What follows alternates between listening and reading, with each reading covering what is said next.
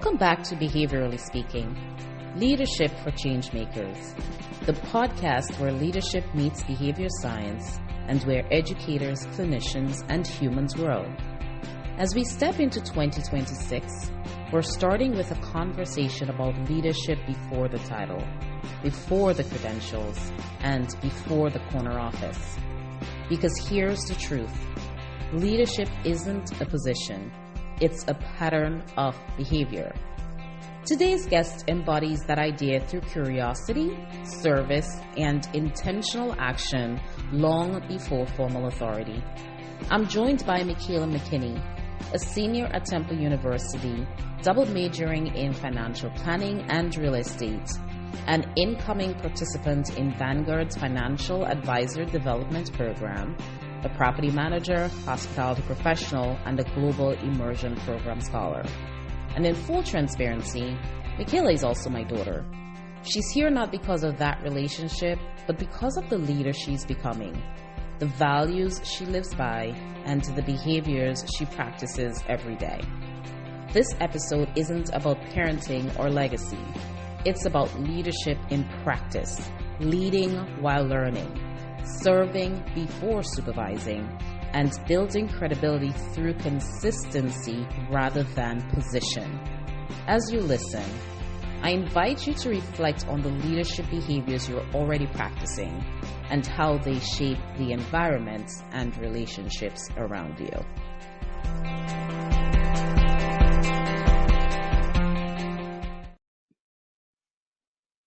Mikhaela, welcome to the show. Thank you so much for joining. I'm so excited to have you here to share your journey with our listeners. But before we dive in, how are you feeling coming into today's episode? It is such an incredible opportunity to not only share my thoughts and my experiences with whoever's with us listening, but to also have the chance to partake in such a rich conversation with my own mother. And I'm very excited for what we have planned for today. Thank you so much for sharing that. So in your career thus far, Mikhaela, you've been exposed to learning experiences in your 4 years at Temple University and in your work in financial planning, real estate, and hospitality, right? So given that this podcast is grounded in the idea that leadership is behavior, right? Not just a title, what leadership knowledge resonates with you the most based on all of your experiences so far? For me, one thing that you kind of just hit on the head is that leadership knows no bounds. Leadership does not need a title. Leadership does not need a certain level of experience. Leadership really does come down to how you carry yourself and how you treat those around you. So I have been in several spaces where I may not know as much as the person next to me. I may not have a level of experience that may set me apart, but that doesn't mean that I haven't taken on opportunities to be a leader. And I think a huge part of being a leader is being willing to learn, because if you are not willing to open yourself up and be able to accept and put yourself in a position to absorb what others have to show you, to give you, to teach you, you won't be able to get to that next step. So there have been so many times where I may use prior knowledge or just treat somebody a certain way, or if someone has a question, answer it in a way that makes them feel uplifted and not put them down or make them feel less than because they don't know. I think being a leader is a lot more than just a title. It's really grounded in how you interact with the people around you and how you make them feel. Because being a leader is being someone that people want to turn to, that people want to come to when they need support, when they need guidance. And you're not going to have those people reach out to you if they are not comfortable with the way that you make them feel, making someone feel seen and appreciated, but still offering that helping hand where necessary is extremely important. Wonderful, wonderful. Thank you for sharing that, Mikhaela. I really love everything you said. From what you said, I heard words such as no bounds, level of experience, how you carry yourself, how you treat others around you, being willing to learn, how you interact with others, and how you make others feel, right? And so to me, what I take from that is leadership is really in the everyday moments of the things that we do, as professionals, as students, as people in the field, people, looking to develop careers. And as you said, it is so true that influence towards leadership and becoming a seasoned leader starts long before a title, right? And everything you said, there was no really reference to a title. It was really reference to all of those behaviors. Things as simple as how you carry yourself, right? How you walk, how you speak, how you act. Those are all, definite, distinguished behaviors that can take someone from where they are in their leadership journey to where they want to be, right? So I really love everything you said. And what I also really love about everything you said is how clearly it aligns with behavior science. So leadership behaviors such as listening, right? How you interact with others, we have to listen to what they're saying. That is a very clear, distinguished behavior. Responding, how we respond to others, how we reinforce the behaviors of others. None of those behaviors require permission, right? They require intention. And everything you said really talked about the your intentionality in learning and growing and being a leader, in being someone who not only wants to learn and grow, but is willing to recognize others and is conscious of how others feel. And it really makes me think about, in behavior or just professionals, period. We talk about ethics and we talk about the golden rule, right? Treating others how we would want to be treated. And thinking about how we make others feel is really thinking about, to me, in my opinion, treating others the way we would want to be treated if we're willing to think about that, right? So thank you so much for sharing that. So let's move on to our next question. So you've spent years, right, in high pressure hospitality environments, like me. And in those experiences, Mikhaela, what leadership skills did those roles teach you that I didn't, right, that will carry you into finance and into real estate as a, rising young leader? I think one of the largest takeaways that I have from my experience in hospitality or otherwise is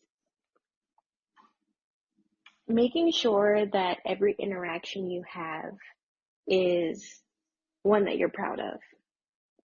So when I say that, when you're in high pressure environments, when you have a million and one things to do in the span of 30 seconds, how is it that you can do every task to the best of your ability and still maintain a presence that you are proud to be associated with? Create a character, be a person that you can still align with and be completely comfortable with in this kind of situation. So when it comes to leadership and the skills that I've taken away, it's important that despite whatever chaos you're feeling, whatever disgruntled customer you're currently speaking to, whatever may be going on in the kitchen per se, being grounded in the person that you want to be and the person that you're striving to become is going to guide you in those. I've had to take a deep breath and potentially stop myself from doing something out of impulse based off of my emotions or certain reactions, and just remembering the pillars that have become my map through this world and my map through these interactions that I have with people. And I've found that staying true to who you are and not ever pivoting from that or allowing certain situations to put you beside yourself, that speaks volumes to people. And that's something that people recognize and people look to and people admire. Having that emotional control of yourself, having just that internal connection with who you are and never steering away from that will always, always make the difference. Because it's so easy to get caught up in the stress and the pressure to perform and to do well, regardless of if it's a hospitality environment or otherwise. But like I said previously, having a firm foundation, having a strong understanding of who you are and the person that you want to be as you walk through this world is extremely important. And a lot of times that's what in my opinion, makes a great leader. Somebody who knows who they are and never steers away from it. Wonderful, wonderful. That's golden food for thought right there. Mikhaela, thank you for sharing that. It's beautifully said. It really talks about leadership as a person centered, but a people first practice at the same time. So I heard words such as proud of, the best of your ability, staying true to your character, aligning with what you believe in, being grounded, remaining true to who you want to be as a leader, despite the stress and the pressure and the challenges, right? And all of those things that happen that make our lives real and that make the things that we do in the work environment real. But most of all, you also talked about, having a firm foundation, right? And having a firm foundation, yes, it's something that as a person you develop, but it's also strengthened by the people you associate with, right? The people in your life, the people at your work and how they support, and how a leader as a professor or as a teacher or as a manager, as a boss really supports you and your growth endeavors. And then what you take away from that, and then how you apply that to where you want to go. So a lot of what you said really resonates with the fact that leadership really is adaptable, right? You may have certain thoughts and views now, but as you grow and as you experience and as you learn to problem solve and communicate, and you learn to trust yourself, trust those that you interact with, and you develop your strategies, and you're putting yourself first and others first, again, really aligns to me with like really basic behavioral principles. So I think of something as shaping, right? Where we reinforce successive approximations of a terminal behavior we want to see. So it could be someone reinforcing you as they see you're making those small steps and those successes that helps really build your foundation and help you stay grounded. It could be you, Mikhaela, reinforcing yourself. Yes, I did that, right? Or I tried this, or whatever the case is. But just that basic principle of shaping those skill sets and those things you want to do from what they are now to where you want to be. So like all of those experiences, all of those challenges you try, all of those excursions and, internships and whatnot. It's really you taking all of the steps to get yourself from where you are as a leader to where you want to be, but at the same time, staying true, as you said, to who you are and who you want to be. And I think that's very critical in shaping leaders of today into leaders of tomorrow, right? So thank you so much for sharing that. Absolutely. Yeah. So the next question I have for you is, you've worked in hospitality, you've worked in property management, you've worked in financial planning. So how have those experiences shaped your view of leadership? I think for me personally, the connecting factor between these very, arguably different sectors would be the fact that no matter where I am, no matter what I'm doing, I want to remain in an environment where I feel challenged, where I feel as though I have to learn. I can learn from those who are around me. I can be a guidance. I can be a light if necessary, but there are also people there who are going to push me to be better, who are going to push me to strive for more. And I think that is a very large part of leadership that people oftentimes look over. Leaders are people who are striving to grow, who are not uncomfortable with change and understand that change is a necessary aspect of becoming the best version of who you are. Moving into a space in your life where you're stagnant and you are willingly stagnant and aren't pushing yourself, that's kind of when a lot of what you build begins to crumble. You have to have those challenges to practice those muscles and make sure that you do have the tools necessary.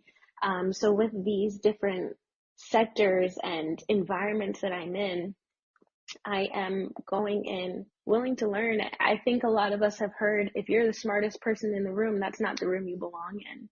I'm in a place where I'm taking the experiences that I've had. I'm incorporating situations where I have been a leader. I'm incorporating situations where I've been a learner. And I'm going in with an open mind and ultimately the goal is always to walk away with more than what I've walked in with. And sometimes that doesn't always mean I'm taking information or advice or learning new skills from other people. Sometimes that means I've been able to make a difference in somebody's day by noticing something small, whether it's a table who I overhear a conversation and magically what they're speaking about appears at the table, or somebody's having a rough day and I've acknowledged them and I've created a space where they know that they're seen, and if they need anything, I will do whatever I can within my power to provide that for them. These are all the things that to me are huge takeaways and will help me in that goal of making sure that I'm leaving with more than what I came in with. So really, just to circle back to your initial question, within these roles, I think I just allow myself to continue to refine who I am and refine the information that refine my growing journey. So that I think ultimately is helping me become a leader that I hope to be, that I'm striving to be one day. But just remaining somebody, like I said, who others can come to if needed, even if I may not be the one in the room with the most experience, but you can be there for people in more than one way. And also just making sure that I am leaning on those who do know more than me and taking away what I can. Wonderful. Yeah, thanks for sharing that. I heard you say this is a good nugget. If you're the smartest person in the room, it's not the room you belong in. You know, there's so much that could be taken away from that statement. So how are we challenging ourselves to be in spaces where we can learn, where we can absorb information? I heard you talk about being challenged, being able to learn, being able to guide, being the light in the room, striving to grow, right? Practicing, being the best version of yourself. And again, in the world of behavior, applied behavior analysis, we talk about all of those things, right? In behavior analytic terms, of course, right? But when we say practice, we think about consistency, right? And we think about giving multiple opportunities, or some of the things we talk about as behavior analysts, for those that we work with to practice and build the skills so that they become independent and they master, what it is we're working with them on. So we always use the term, work ourselves out of a job, not in reality, but like, all right, this particular person is now independent so we can support someone else. And as a leader, those are the things we have to be willing to do, as you said, to be able to help people grow, to help them rise, to help them move from where they are to where they could be, right? And so going back to your comment, I always have to put my spin on things, but like if you're the smartest person in the room, it's not the room you belong in, true, because you want to be somewhere where you can grow and learn. But then if you are, how are you then funneling, or we use the word waterfall, right? Sending that information down to the others who do not have it so they can get to that point where you are at, so they can grow, right? And they can move on in the experience. So to me, it's both ways. Is if you're in a place where you become stagnant, as you said, you have to be able to challenge yourself to get into a space where you can grow. Or perhaps is you're being that, exercising your entrepreneurial, so I-N, not E-N, abilities where you create opportunities within that environment where you are, new opportunities so that you can learn and flourish, right? Or you find something elsewhere. Or how do you take all of this knowledge you have to help someone else, right, become that leader? And as you're saying, you may not be the person in the room with the most experience, but you're a person in the room with the wealth of experience, right? So how do you package that to support, those that you work with? And those that you come across in your, academic and professional career. So thank you so much for that very rich insight into that question. So let's keep moving on, right? So in fast-paced environments, as the ones you've chosen so far, right? Like fine dining or financial advising, it's a lot of going on. You have to keep up, right? You're thinking of the financial markets, what's up there, and things like that. You have to deal with the customers. Like, this is the order. Like, all right, let's get it done, okay? What behaviors, Mikhaela, help you stay composed, but at the same time effective in what you do? This may sound extremely counterintuitive, but slowing down. Okay. When you're in an environment where you can visually see all of the things that you have to complete, that you have to address, and you also have things bouncing around in your mind, it is almost inevitable it's almost inevitable to feel overwhelmed. It's a human response. It's something that is completely natural and a part of our beings as humans on this planet.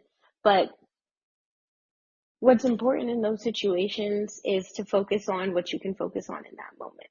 If you allow yourself to become completely bogged down and consumed by this plethora of things, and I've even taken this and applied it to my life outside of my work experience, doing one thing at a time and allowing yourself to check one thing off before you start to stress about the next makes a huge difference. Because when you spread your energy out too thin, when you take your brain power and you attempt to address everything at once, I mean, if you can, great for you, but I have never been able to accomplish everything at once. So I force myself to slow down. I force myself to breathe and think about what is it that I can take care of right now in this moment.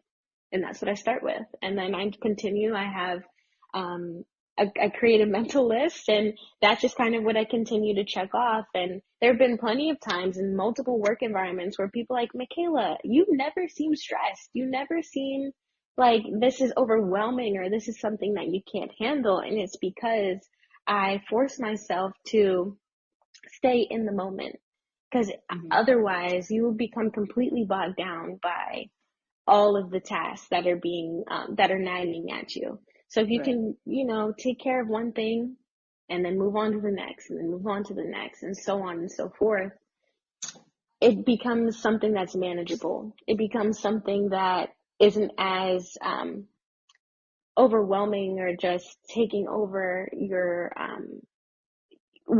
taking you over. So that is something that I have definitely taken away from being a full-time college student, working multiple different stressful jobs, and then also having things in my own personal life that I have to take care of and manage. Just being able to slow down in that way. Wonderful, wonderful. Thank you so much, Mikhaela, for sharing that. It's a practical tip. 2 episodes ago, I spoke with Dr. Hess, and my previous episode, I spoke with Ms. Wise, and, one word that came up is pause, right? So you said slow down. It really isn't counterintuitive. It really is something that makes sense. It's a strategy we use, as part of self-management, which is also a behavioral principle, right? So thinking of like self-talk or pausing, taking a deep breath, for example, all the things we talked about, staying calm, one step at a time, is what I heard you say.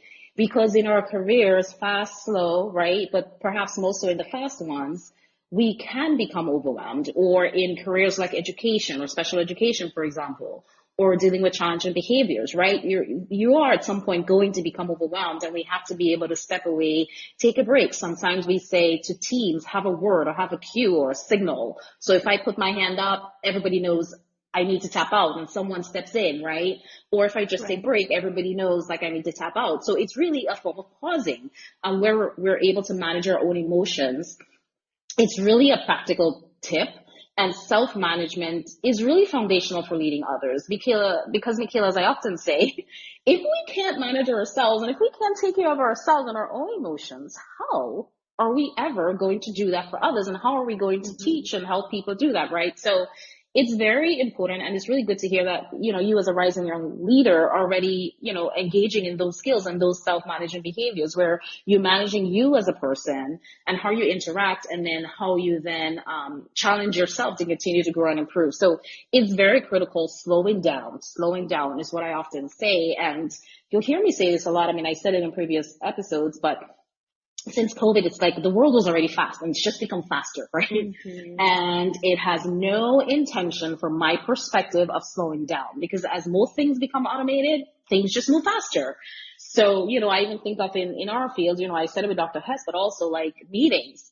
now that they're online and virtual, they're often back to back. There's no moment in between. So it's really, how do we schedule those meetings? Making sure we have at least a 15-minute break in between. But to your point, slowing down, pausing, so that we stay composed, but still effective, right? We're taking care of ourselves, but we're making sure that our cup is at a point where we have enough to give to others and still take care of ourselves. So thank you so much for sharing that.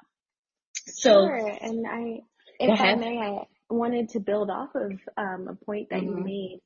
I think slowing down is great for helping you to achieve everything, not feeling bogged Right. down, not feeling overwhelmed. But especially it's important when it comes to self-regulation and emotional regulation. I think a lot of times when people become burnt out or they get to a point where the stress from different responsibilities or aspects of their lives become to bleed into the person that they are and into their reactions and how they treat people. Right. It's also because they haven't taken a moment to slow down. They haven't taken Right. a moment to process what it is that they're experiencing, what it is that is happening around them. And that begins to not only have a very deep and serious effect on them personally, but begins to bleed into their interactions with other people. And I've seen this a lot in my classes. I've seen this a lot in working in the service industry where people get overwhelmed, and that begins to become clear in how they present themselves and how they speak to others and the treatment that they begin to put out. So yes, it's important to complete the plethora of tasks that we all seem to have on our plates, and seems like the more that you address, Yep. the more that comes.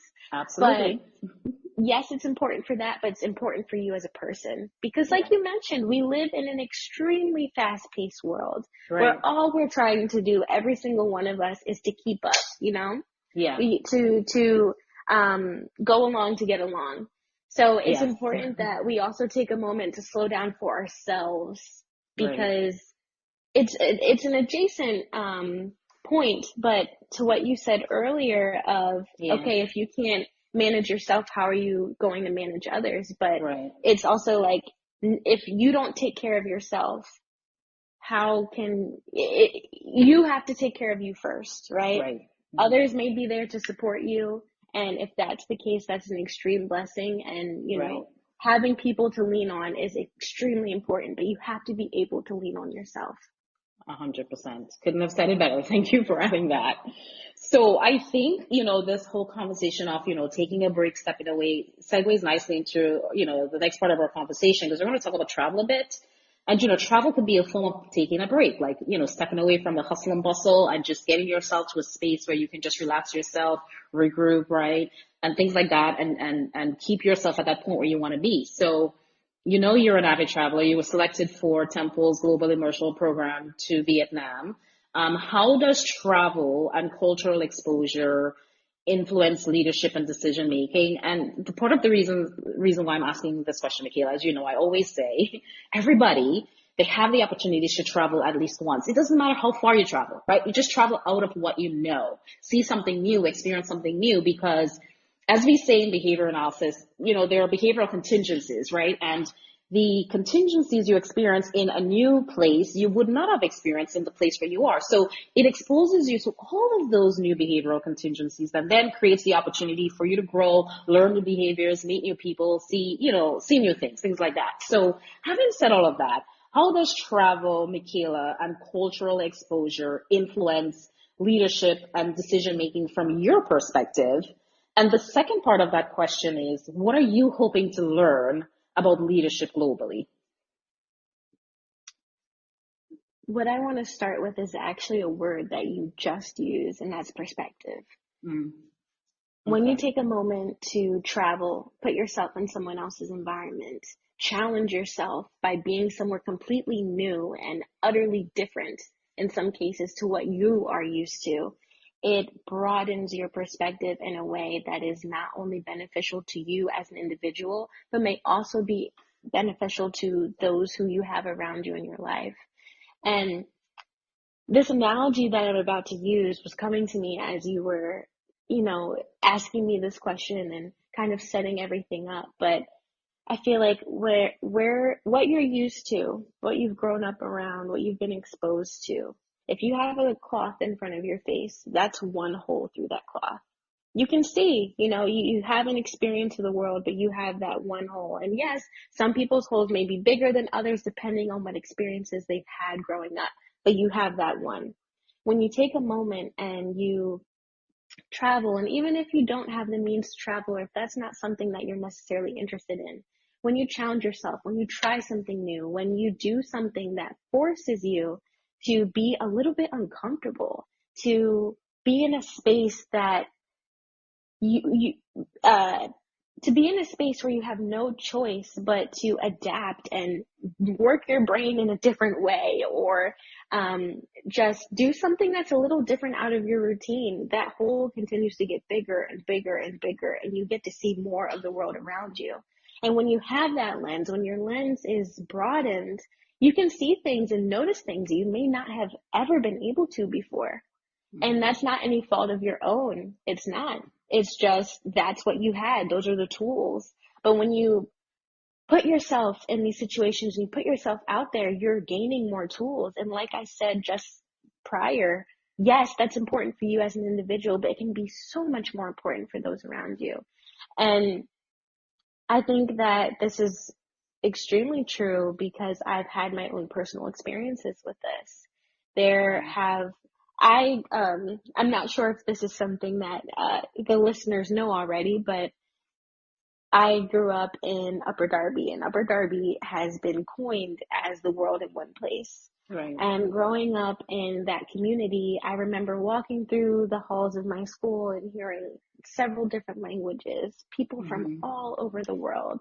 Yeah. And from a young age, I had certain perspectives on how to talk to people, and, even something like, a lot of kids in our school would celebrate Muslim holidays like Ramadan or Eid, and understanding what went into that, right?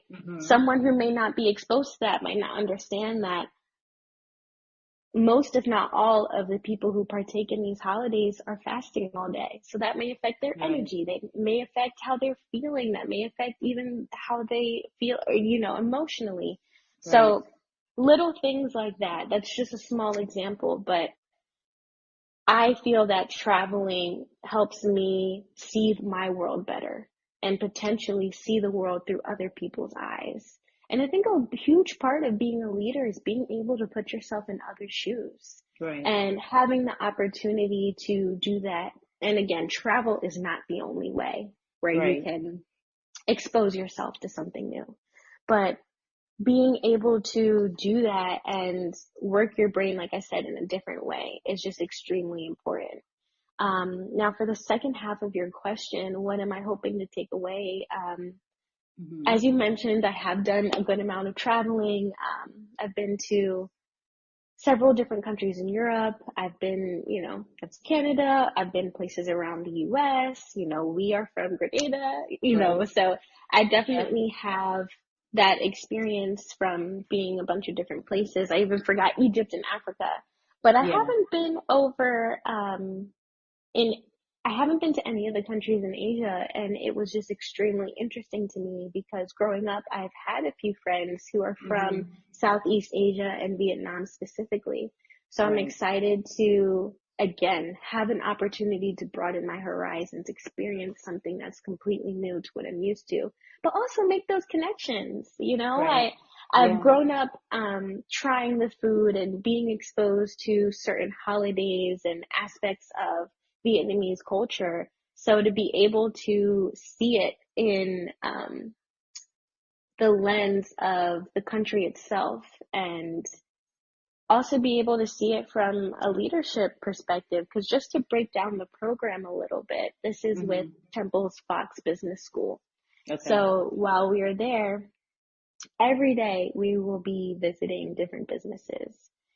From small mom and pop shops to large conglomerate companies. We will be seeing a diverse array of different businesses in Vietnam.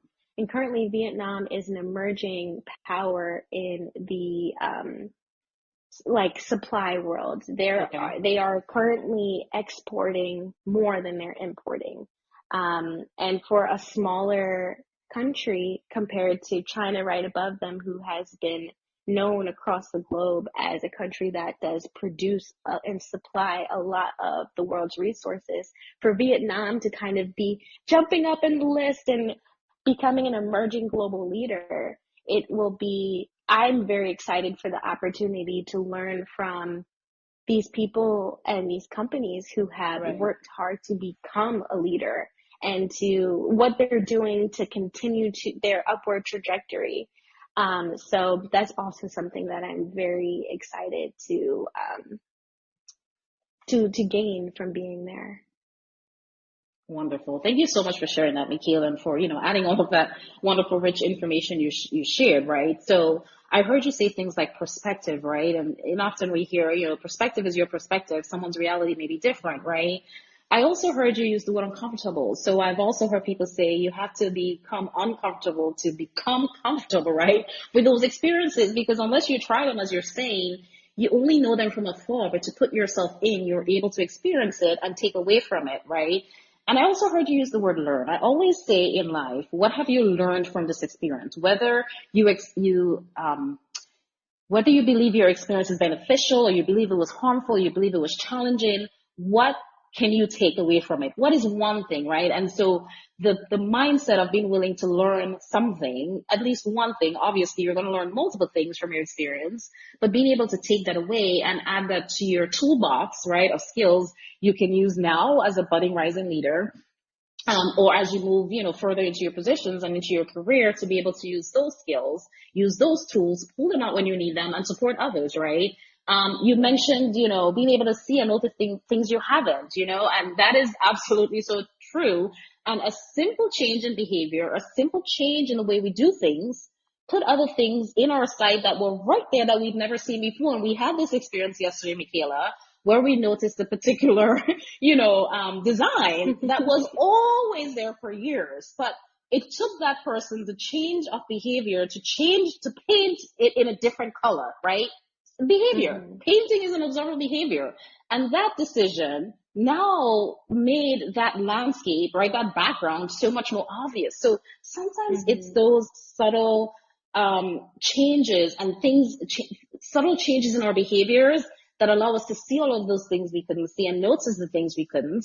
Even I always say, Mikhaela, as leaders, really looking at trying to look less for mistakes and those challenging behaviors and those negative behaviors, but look for the positives, right?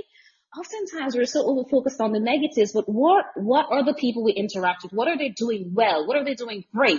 The students in the classroom, is the child sitting great? Let's recognize that, right? Instead of waiting for the child to walk away from instruction and really focus on that. So really being intentional about noticing those positive behaviors, right? Putting ourselves in other shoes, right? Broadening our horizons. And from everything you said, Mikhaela, it really reminds me of the concept of cultural humility versus cultural competence, right? So cultural competence is this idea that you're supposed to know everything about all these different cultures, right? And, in modern day research and as we continue to make advances in the field, you'll hear a lot more about cultural humility, where it's a concept that you're not expected to know every single thing about every single culture, but minimally, you're expected to have an interest, as you said, to ask questions. You talked about, your experiences in Upper Darby, the world in one place. I remember being to an event where they had all of the flags from everyone represented. It was such an emotional, right, feeling being, someone from Grenada, a different country myself. So just the willingness to learn from others about their culture, right? We talk about cultural humility, and that's really what I've been emphasizing, daily. So realizing, Mikhaela, as you said, what we know is not the only knowledge out there. Our way is not the only way, right?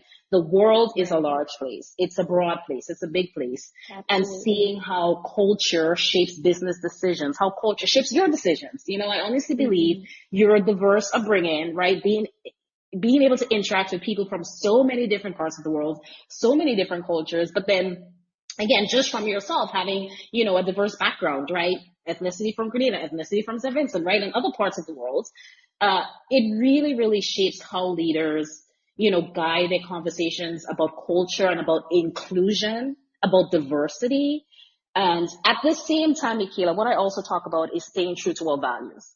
So learning about another culture, another belief doesn't mean you have to give up on your values, right? Your foundation, as you said, your belief of where you want to be. It's just being humble enough to learn about someone else's so that we can then apply that knowledge to how we interact and to how we, help people grow and how we value what they value, how we have an interest in knowing what's important to them, right? So I think that's a lot to take away from, the information you share. So moving along, Mikhaela, you're passionate about financial literacy, right? And the empowerment it offers. And as you know, I'm really big on empowering people. I'm just always big on helping people go from where they are to where they could be, helping them see, oh, you're so good at this, and they really couldn't see it, to the point where they actually pursued it, and they're happy, and they come back to say thank you. I'm really, really big on empowerment. So you're passionate about financial literacy because of the empowerment it offers. And why do you then see it as a leadership responsibility, Mikhaela?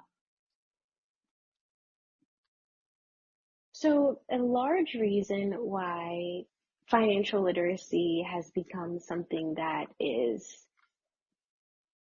in my opinion, paramount is I have seen people that I know personally, complete strangers, where a lack of understanding of financials or just the different systems that are in place and how it can either make or break certain aspects of your life has made me want to be a leader in sharing that information and providing the resources necessary or the guidance to make sure that people who want and or need these resources and this information have access to it. Because a large issue when it comes to financial literacy is that not everyone is exposed to it. Not everyone there are so many people who haven't even heard of the term financial literacy. Right. And it really is, I think literacy is a great word in this situation because it really is a language you have to understand. And it's not one that you are inherently just going to be able to grasp and hold on to and wrap your mind around in a lot of different situations, because it is something that is learned, it is something that is practiced, it's something that is taught. And there are so many people who do not.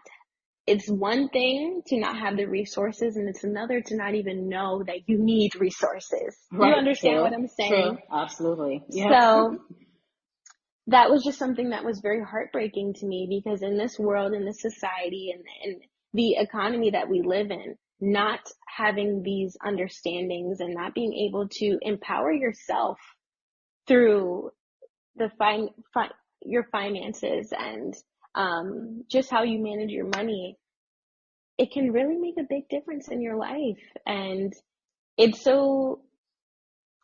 heavy for me to see people who have worked extremely hard, but just don't know how to navigate these worlds, and that making all the difference between them and potentially someone else who has had these resources, or someone who had a mentor or a family member, or just maybe have fallen into a situation where that was something that became available to them.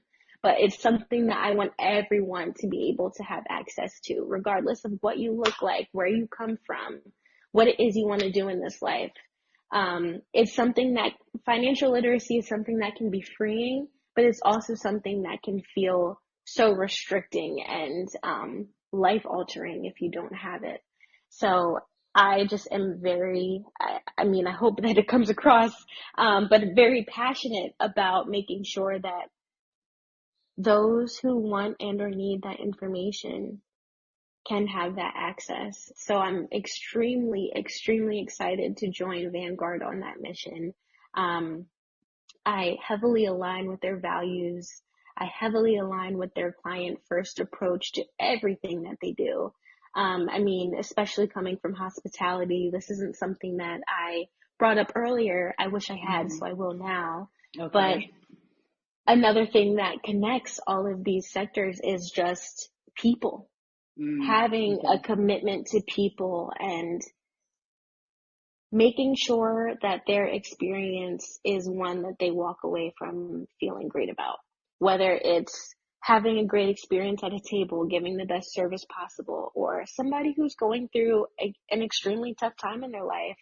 I've seen situations where clients, it may be their husband or their wife controlled the finances and they've passed away, and now they have to learn all of this on top of grieving and missing a loved one, and being able to be a guide for them to Right. help them navigate this new world, while also being sympathetic and sincere and comforting them. And a lot of times people create very strong relationships with their advisors or their planners, whatever it may be, because this Right. is a person that you go to when you have something tough going on in your life. This is Mm-hmm. someone that you go to when you have something amazing going on in your life. Oh, my daughter Right. is getting married. How should I finance this? Oh, I'm retiring. Okay, what are my next steps? Right. So, Yeah. um, empowerment is extremely important to me, as well as just Mm-hmm. supporting those who are around you. I think, unfortunately, community is something that has become few and far between in this day and age. We live in a world where it's become almost every man for themselves, and Right. it's nice to take a moment to recognize someone and build them up and support them. Yeah. Because community, we are social creatures, regardless of what the future holds for us as a Right. society. We need Yes. each other. Mm-hmm. And I'm excited to go into a field where I can actively practice that truth that I believe in.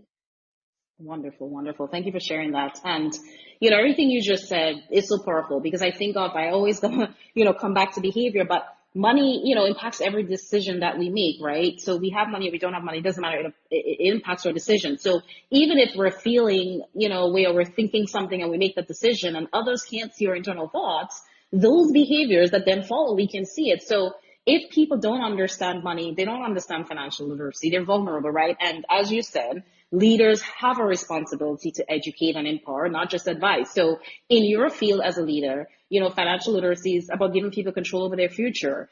In my field, behavior analysis education, I always feel I have an obligation for what I'm going to term behavioral literacy, right?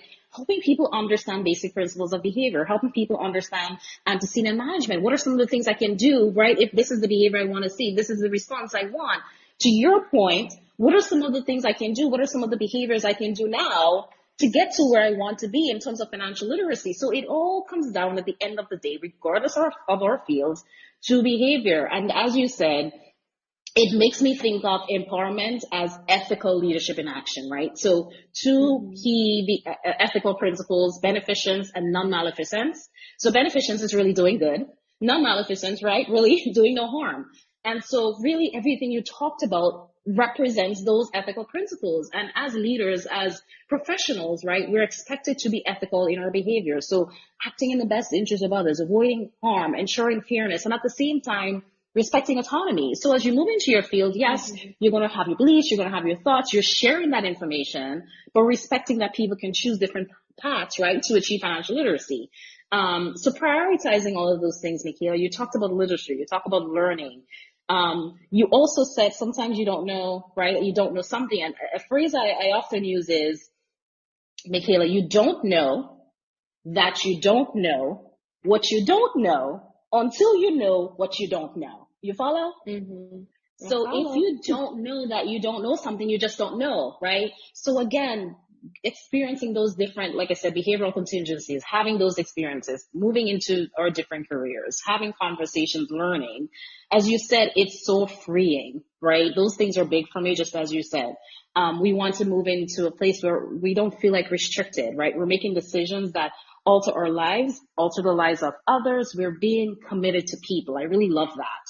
And you also talked about you want people to be able to walk away from things feeling great, right, from the experience. And that is critical. And the only way to do that is to be committed to those people, as you said, Mikhaela, to ensure that you're committed to exposing them to those experiences that would allow them to walk away feeling great.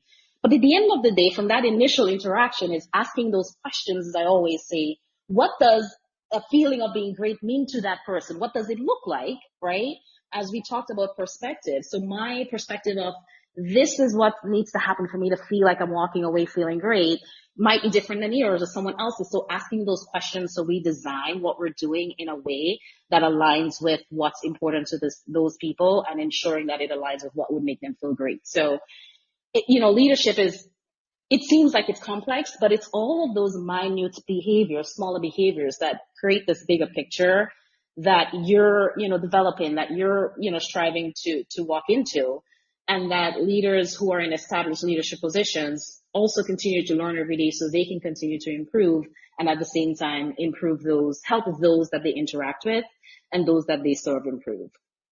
So let's keep the conversation going, Mikhaela. So as you enter Vanguard's Financial Advisor Development Program, what leadership behaviors are you intentionally working to strengthen?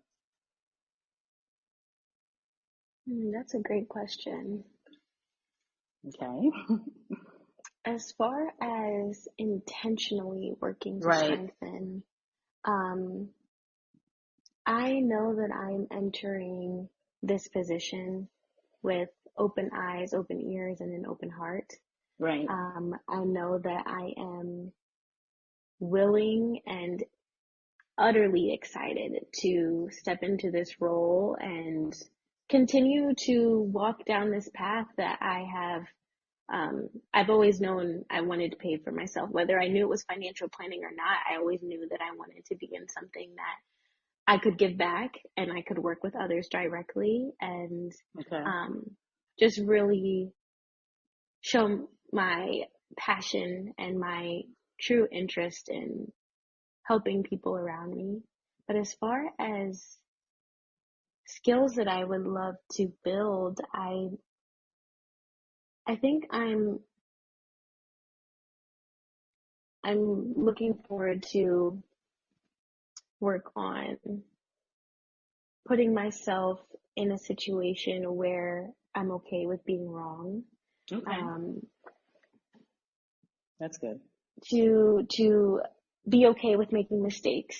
Because I think a lot of times we as people always want things to be perfect and want things to be great the first time around. But again, we have this kind of emphasis on how growth builds into leadership, and you cannot grow if you don't make mistakes. Yeah. And yes, mistakes are necessary. They're going to happen. What's important, though, is you take away what's necessary and you leave what's not. Mistakes are not to dwell on. Mistakes are to take away what's beneficial and move on, move forward. So I think that's something not necessarily leadership specific, but will help me become a better leader. Just being completely comfortable with learning in whatever lens that looks like. So that's one thing. I also am very excited to see the methods of the current leaders. I'm excited to get to a point where, yes, I've learned and now I'm able to give back. So to begin that cycle of taking what I may from those above me and seeing the kind of leaders they are and taking that admiration and applying it to myself and how I walk through my job, my career, my life. And then to eventually take that and apply it to those who come after me. So I think the things that I'm intentionally looking forward to and looking to build upon aren't in this very moment. I don't want to say it's kind of like an investment, but in this very moment, it may not be making me a leader immediately, but I know that they are skills that once built upon and improved will help me get to that position of being a leader that, again, I'm going to use this word, but a leader that I'm proud of. So wonderful. And that's what it comes down to, Mikhaela, being proud of the behaviors that we engage in, right? And being proud of ourselves and being proud of how we are challenging others to be the best version of themselves. But I heard you say being okay with making mistakes. And, you said, take away, what's beneficial and leave what's not. And then I also heard you say, maybe it's not necessarily leadership behavior, but it is. I can tell you that almost every day a staff member may say, well, what did I do wrong? And, they really dwell on their mistakes. And I always say to them, owning up to your mistakes, let's own up, let's have the conversation, let's move on, right? Sometimes they'll come back to me the next day and I'll say, let's say it's you, Mikhaela, I'll say, Mikhaela, I've moved on. I need you to move on too, right? We had the conversation. We took away what you can take away from it. So like I often say, well, perhaps you want to rephrase the question. Well, how did I do? What are your thoughts? Do you have any feedback? I always talk about like retraining and reframing our brain and our thoughts. And if we always come up with the negative, that's kind of what we'll foresee and, the experiences we'll have. But I always say, Mikhaela, we all make mistakes, right? Even myself. But I strongly believe we get the greatest lessons, the ones that resonate with us the most, the ones that we will always forever remember from the mistakes. And I always say to my staff, and it makes them laugh, trust me, the mistakes that I made, you don't have to worry about me doing them again because often they were embarrassing, right? So you learn from it. You recognize you made a mistake. You realize life is not perfect, right? You open up to it, but you be proud as you set up yourself. You acknowledge it. You take accountability, right? Those are the things you do.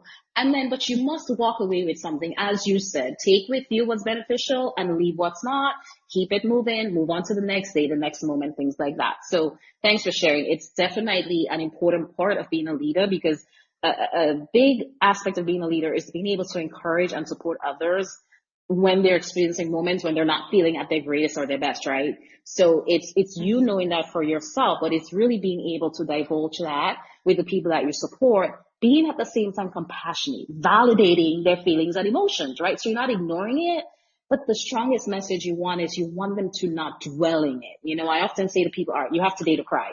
Tomorrow, let's have another conversation. How are we moving on, right? Recognizing that we're humans, we have emotions, right? So those things are going to happen, and we have to give people time and space, right? Oftentimes the question is, do you want me to listen or do you want me to give my opinion, right? Just asking and supporting, those are all critical skills for leaders. So thank you for bringing that up. So Mikhaela, what would you say to someone early in their career as yourself who doesn't feel ready to lead yet? I would say do it scared. Do it afraid. Okay. A lot of times, ready is a mindset that we romanticize. And ready is sometimes not something that's going to come. It's not something that is actually going to get here. And if it does, it may be well in the future. Right. I think it's so much more fulfilling to say, wow, I can't believe I did that, instead of, I wish I would have tried, Absolutely. Yeah. And I think for me personally, some of my proudest moments was when I did something I didn't believe I could do better than I even anticipated. Because a lot of times we don't believe in ourselves. We look to others to support and to encourage us, and we don't always look internally. So when you have those moments where you surprise yourself and you achieve something that you were like, I don't think I can do this. This isn't going to happen. This is impossible. I'm never going to do this. Yeah. For me, it's just one of the best feelings in the world. So, everybody had to fall a few times before they learned how to walk. Everybody tripped before they learned how to run. There's going to be hiccups along the way. There are going to be obstacles, but that doesn't mean don't try. Right. When those things happen, you dust yourself off and you get back up and you keep moving. So if you know in your heart of hearts that that's what you want to work towards, if you have a goal, strive, go get it. Do what you need to do. Don't let anybody stand in your way but yourself. So, excuse me, nobody can stand in your way but yourself. Yes, exactly. Yeah, I know what you meant. But thank you. Thank you for that, Mikhaela. You said do it scared, excuse me. Do it afraid. That's quite, an empowerment statement. And what it brought to my mind, Mikhaela, is this poem by Robert Frost, right? He wrote a poem, this was years ago, it titled The Road Not Taken. It made me think of that because I heard you say, you would much prefer to say I did it than I wish I did it. So he talked about, that he was in a yellow wood and there were two roads that were diverging, right? He couldn't travel both of them, obviously, right? He looked at them and then he had to make a decision. At the end of the day, he said he took the one less traveled by, and that has made all the difference. So regardless of the path you take, you have to make a decision, right? Choose which path, do it scared, do it afraid, as you said. It's going to make a world of a difference because you're doing something, right? And then you take from it what you can take from it and move on and, see what the impact is, see what the benefits are, what you've learned from it. But, he went, as you said, do it scared, do it afraid. Oftentimes, that's, in my opinion, is a road less traveled, right? Because as you said, you might often hear people saying, oh, I want to be ready, I have to be ready, this has to be ready. So in my opinion, taking the path, taking that road when you're in that yellow wood that says, do it scared, do it afraid, I honestly believe is the one less traveled and the one that has the propensity to make all of the difference. So thank you so much for sharing that. So as a growing Gen Z leader in your field, Mikhaela, I'm obviously not Gen Z, but where do you want to go next, Mikhaela, and how do you plan to get there? I think right now, or I believe right now, I am in a space of, I think right now I am on my way to blooming. I understand that I have this phase of time where I'm growing and I have, the trials and tribulations of school and getting out there in the workforce and learning how to be an adult in this world. Because one thing that I have definitely come to know is I remember, growing up, kids are always like, oh, I can't wait to be an adult. I can't wait to be an adult. And everybody's saying, nope, enjoy it. Take your time. Once you get here, you want to go back. So now that I've reached the age where I'm starting to see the truth in those statements, right? I've accepted that there's a world ahead of me that I don't know much about, and part of that excites me and part of that scares me. But like I just said, do it scared, do it afraid. There's no way but forward. So I recognize that in this moment of my life, again, just that emphasis on learning, on growing, I know that that's where I'm at. I'm just excited to find my footing. I'm excited to expose myself to things, learn, be happy, be afraid, be sad, all the different emotions that come with emerging into this world. But yeah, I know right now, I guess you could call it my chrysalis period. I know that I will be here, but it's necessary. It might be hard, it might be tough, but in order to bloom and blossom, this is just that phase of life that I'm in. So I'm not rushing anything. I know that my time will come, and when it comes, I'll be happy and grateful and blessed to be there. But as of right now, I know that this is just the period for me to absorb, for me to slow down, to bring that back. Slow down, not try to race to get to this great point in my life where I've achieved this and achieved that. Because yes, the destination is important, but the journey is as well. So I'm just taking it in and seeing what life has for me. But Wonderful. So you said you're on your way to blooming. That's a great way to frame that up. I think of curiosity. I think of continuous learning as your roadmap, right? So in behavior analysis, we talk about antecedent management, antecedent strategies. What are the things that happen before behaviors that make them more likely to occur, right? Or that occasion them, that cause them to occur. So, in my mind, you're also going to be doing things and engaging in behaviors that are likely to continue to allow you to continue to bloom, to continue to flourish, to go through your metamorphosis. As you mentioned, you're in like your chrysalis stage, yes? So things like, keeping your resume updated, joining professional groups, attending conferences, all of those things you'll do to support and cause yourself to be in a position where you will engage in those behaviors, right, that you want to engage in and need to engage in to get from where you are to where you want to be. But most of all, to continue to bloom and to continue to flourish and to continue to learn along the way.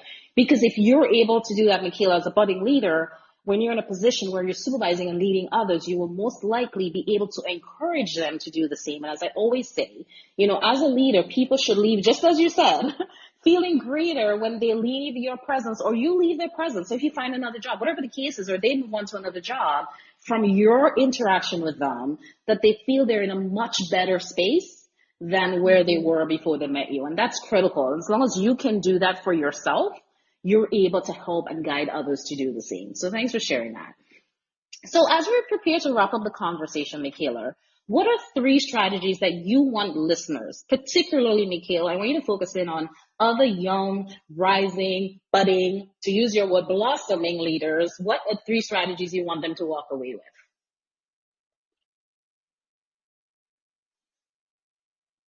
I think I'm gonna just take a moment to Sure. really emphasize some of the points I've brought up that just really resonate with me personally. And I think this first one kind of goes back to this little theme that we've created from the past question. Yeah. But the very first one would be allow yourself to be uncomfortable. Okay. And to kind of create this analogy, in order for a seed to become a flower, to become a tree, it has to be buried first. It needs to be put in the dirt. It needs to be somewhere it's not used to being. And that is when it fulfills its purpose. That's when it becomes what it's truly meant to be.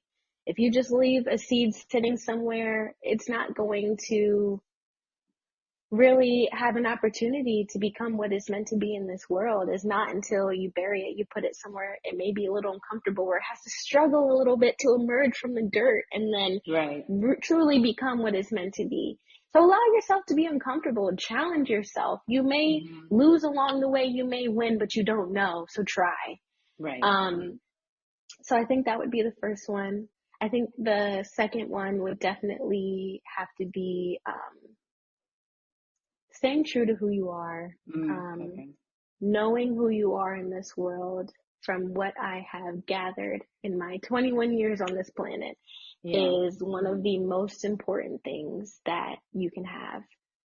Because if you don't know yourself, that's your guiding force for how you walk through this world and how you interact with people and how you navigate certain situations. I think taking that time to become comfortable with who you are, to learn who you are, to love who you are, that is, again, we've used this word foundation. That's the foundation. That's the pillar for everything that you're going to build upon in this life. Right. And then this one we didn't quite talk about, but it kind of ties everything together. Don't rob yourself of success. Don't rob yourself of happiness. If you are in a situation where you're afraid or you're like, I don't have the resources, I don't have this, something XYZ excuse. Don't be what stands in your own way. If anything, you need to take what you have and make the best of it. You know, what is it that you say? Necessity is the mother of invention. Is that what you say all the time? Yes. Yes. So you may not have it at that moment, but have that fight in you, have that drive, go and get what's yours. It's not going to be handed to you. So don't stand in your own way. Don't rob yourself of success. Wonderful. I love to hear that. So just to recap, allow yourself to be uncomfortable, stay true to who you are, and don't rob yourself of success or happiness. Don't stand in your own way. Thank you for sharing that, Mikhaela. So before we close, where can listeners follow your journey or learn more about your work? I am currently on LinkedIn. You can find me, it's my first and last name, Mikhaela, Mikhaeela, McKinnie, McKinnie. You can find me on LinkedIn, and that's where I've been posting my accomplishments, my achievements, just things that I would like to recognize. Again, supporting myself as I move through my professional career. So I think that would be a great spot if you wanted to keep up with me, perhaps get in contact. Right on my LinkedIn. Wonderful. Thank you so much. So, Mikhaela, this conversation has been, such a powerful reminder that leadership begins long before formal recognition. It begins in service. It begins in curiosity. And it, as you've been saying throughout this conversation, begins with the daily choices we make, you make, others make about how we treat people. So thank you again for joining the show. Absolutely. It was an extreme pleasure to be here. Thank you so much for the opportunity. Awesome. Thank you.